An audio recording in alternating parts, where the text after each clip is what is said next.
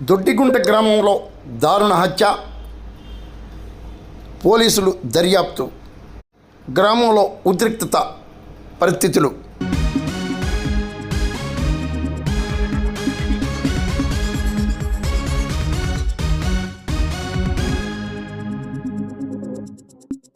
తూర్పుగోదావరి జిల్లా రంగంపేట మండలం దొడ్డిగుంట గ్రామంలో ఒక వ్యక్తి దారుణ హత్యకు గురయ్యారు.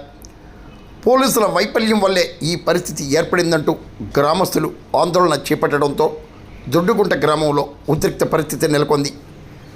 పరిస్థితి తెలుసుకున్న అనపర్తి సర్కిల్ ఇన్స్పెక్టర్ సుమంత్ ఘటనా స్థలానికి చేరుకుని ఆయా కుటుంబాలతో చర్చలు చేపట్టారు.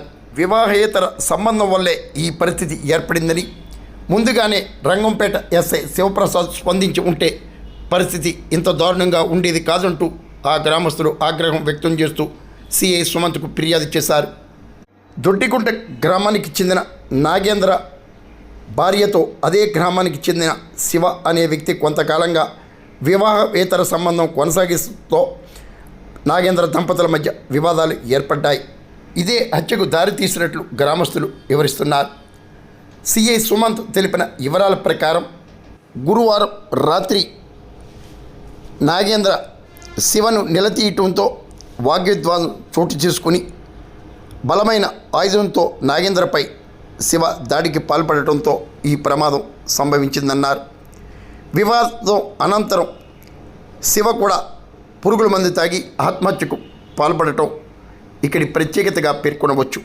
హత్యకు గురైన నాగేంద్ర భార్యపై చర్యలు చేపట్టాలని స్థానికులు డిమాండ్ చేయటంతో రగడ ఏర్పడింది. బాధిత కుటుంబీకులు స్థానిక నేతలతో సిఐ సుమంత్ పోలీసులు చర్చలు నిర్వహించి చర్యలు చేపట్టారు. ముద్దాయిలపై కఠిన చర్యలు చేపడతామని సిఐ సుమంత్ హామీ ఇచ్చారు. వివాహేతర సంబంధాల వల్లే ఇటువంటి పరిస్థితులు ఏర్పడతాయని సిఐ సుమంత్ వ్యాఖ్యానించారు.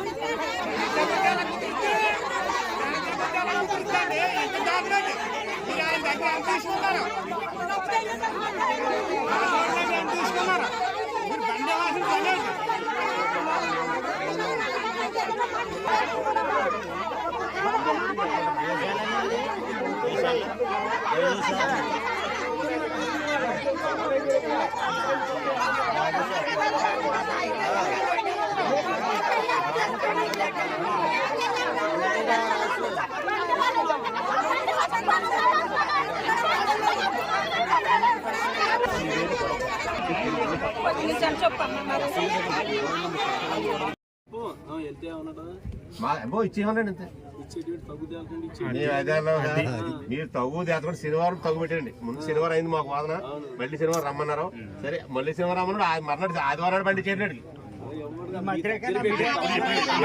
బాబాయ్ సమాధానం చెప్పండి.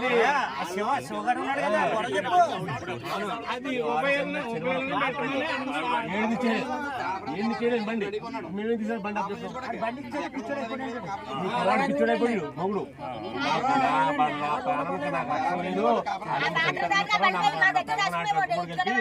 బతక వేసి కావడం